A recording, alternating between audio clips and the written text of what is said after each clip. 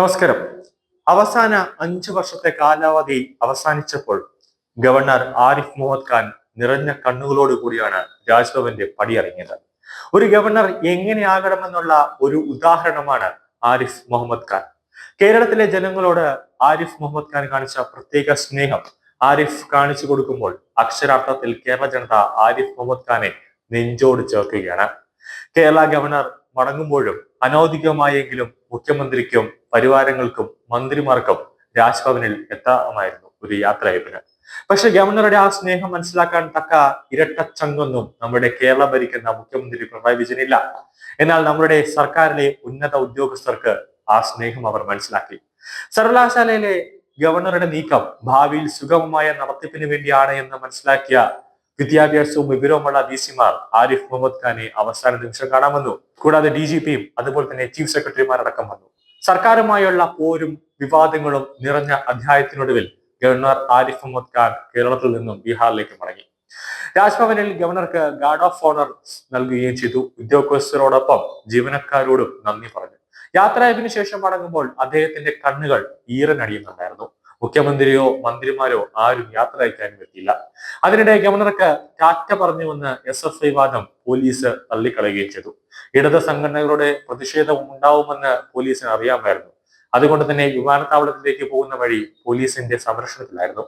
പേട്ട പള്ളിമുക്ക് ജംഗ്ഷനിൽ SFI ജില്ലാ president നന്ദന്റെ നേതൃത്വത്തിൽ 3 പ്രവർത്തകർ നില ഉറപ്പിച്ചെങ്കിലും പ്രതിഷേധമുണ്ടായില്ല. ഇവരെ പോലീസ് വളഞ്ഞിട്ട് പൂട്ടി. ഗവർണറെ ഞങ്ങൾ ടാറ്റ പറഞ്ഞുവെന്നാണ് യാത്രയാക്കിയതെന്നാണ് SFIക്കാർ അവകാശപ്പെട്ടെങ്കിലും അങ്ങനെയൊന്നും ഉണ്ടായിട്ടില്ല എന്ന് പോലീസ് വിശദീകരിച്ചു. ഞായറാഴ്ച രാവിലെയാണ് ഗവർണർ ഡൽഹിയിലേക്ക് മടങ്ങിയത്. വ്യാഴാഴ്ച ബീഹാർ ഗവർണറായി സ്ഥാനം നിൽക്കുമെന്ന് അദ്ദേഹം മാധ്യമങ്ങളോട് പറഞ്ഞു. മലയാളത്തിൽ യാത്രാമൊഴി പറഞ്ഞ അദ്ദേഹം കേരളത്തിലെ ജനങ്ങൾ തന്ന സ്നേഹത്തിനും പിന്തുണയ്ക്കും നന്ദി പ്രകടിപ്പിച്ചു. വിവാദങ്ങളോടൊന്നും ഞാൻ ഇനി പ്രതികരിക്കുന്നില്ല. മുൻ പ്രധാനമന്ത്രി ഡോക്ടർ മൻമോഹൻ സിംഗ് അന്തരിച്ചതിനെ തുടർന്ന് ദുഃഖാചരണമായതിനാൽ സംസ്ഥാന സർക്കാർ ഔദ്യോഗികമായ യാത്രയയപ്പ് നൽകിയില്ല. യാത്രയയക്കാൻ മുഖ്യമന്ത്രിയോ മന്ത്രിമാരോ എത്തില്ല. മുഖ്യമന്ത്രി പിണറായി വിജയന് ഫോണിൽ സംസാരിച്ചതായും അറിവില്ല. അതായത് ഒരു വാക്ക് ഫോൺ കോളെങ്കിലും മുഖ്യമന്ത്രിക്ക് ചെയ്യാമായിരുന്നു, അതും ഉണ്ടായില്ല. ഇതിനെയും ഗവർണർ ഒരു വിവാദമൊന്നുമാക്കില്ല. സർക്കാരിനെ പ്രതിദാനം ചെയ്ത ചീഫ് സെക്രട്ടറി ശാരദാ മുരളീധരൻ രാജ്ഭവനിലെത്തി. കൂടാതെ സംസ്ഥാന തെരഞ്ഞെടുപ്പ് commissioner Shajahan, additional chief secretary KR Jyothilal, police മേധാവിയുടെ ചുമതലയുള്ള ക്രമസമാധാന വിഭാഗം ADGP മനോജ് എബ്രഹാം, ആരോഗ്യ സർവകലാശാല VC ഡോക്ടർ മോഹൻ കുന്നുമേൽ, കാർഷിക സർവകലാശാല VC B അശോക് എന്നിവരും എത്തി. ചാൻസലർ എന്ന നിലയിൽ നിഷ്പക്ഷമായ ചുമതലയാണ് സർവകലാശാലയിൽ നിർവഹിച്ചത്. മറ്റു കാര്യങ്ങളിൽ ഒരു തർക്കവുമില്ല. മറ്റു ഗവർണർമാരുമായി എന്നെ ഒരിക്കലും താരതമ്യം ചെയ്യരുതെന്ന് ഗവർണർ ആരിഫ് മുഹമ്മദ് ഖാൻ പറഞ്ഞു.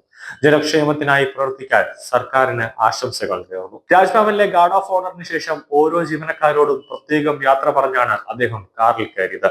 വിടവാങ്ങൽ വേളയിൽ സർക്കാരിനോ മന്ത്രിസഭയ്ക്കോ എതിരെ ഒന്നും മിണ്ടാതിരിക്കാൻ ശ്രദ്ധിച്ച ആരിഫ് മുഹമ്മദ് ഖാൻ കേരളവുമായുള്ള ബന്ധം ആജീവനാന്തം തുടരുമെന്നും കേരളത്തിന് ഹൃദയത്തിൽ ഒരു പ്രത്യേക സ്ഥാനമുണ്ടാകുമെന്നും വിമാനത്താവളത്തിൽ വെച്ച് അദ്ദേഹം പറഞ്ഞു. മലയാളിയായിരുന്നു അദ്ദേഹത്തിന്റെ നന്ദി വാക്കുകൾ. അതായത് മലയാളത്തിലായിരുന്നു അദ്ദേഹം മാധ്യമങ്ങളോടെല്ലാം തന്നെ നന്ദി വാക്കുകൾ പറഞ്ഞത്. സർവകലാശാല വിഷയത്തിലൊഴികെ സർക്കാരുമായി ഒരു പ്രശ്നവും ഉണ്ടായിരുന്നില്ല എന്നും ജസ്റ്റിസ് സദാശിവവുമായി തന്നെ താരതമ്യപ്പെടുത്തേണ്ടതില്ല എന്നും അദ്ദേഹം വ്യക്തമാക്കി. രണ്ടുപേർക്കും രണ്ട് പ്രവർത്തന ശൈലിയാണ്, രണ്ട് രീതിയാണ്. മുഖ്യമന്ത്രിയും മന്ത്രിമാരും യാത്രയയപ്പിന് എത്താത്തതിനെ കുറിച്ച് മാധ്യമങ്ങൾ ചോദിച്ചപ്പോൾ ദുഃഖാചരണമായതിനാലാണ് ഔദ്യോഗിക യാത്രയയപ്പ് ഇല്ലാത്തതെന്ന് അദ്ദേഹം മറുപടി നൽകി.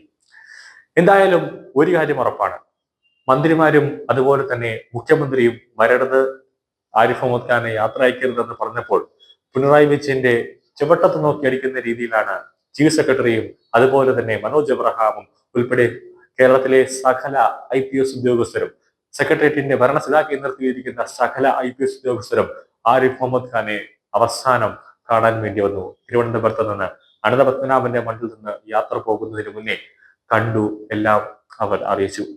എല്ലാ നന്ദി വാക്കുകളും അറിയിച്ചു. കാരണം അവർക്കറിയാം ഒരു ഗവർണർ എങ്ങനെ എന്തുകൊണ്ട് കേരളത്തിൽ ഇത്രയേറെ ചെയ്തു വന്നത്. ഇനി 2-ാം തീയതിയാണ് ആലേക്കർ എത്തുന്നത്. അതോടുകൂടി വീണ്ടും പിണറായി ഇനി വെള്ളം കുടിക്കും. കാരണം പക്ക RSS കാരനായ ആലേക്കർ മോദിയുടെ വിശ്വസ്തനാണ്. ഇനി കളി പിണറായി കാണാൻ പോകുന്നതേ ഉള്ളൂ.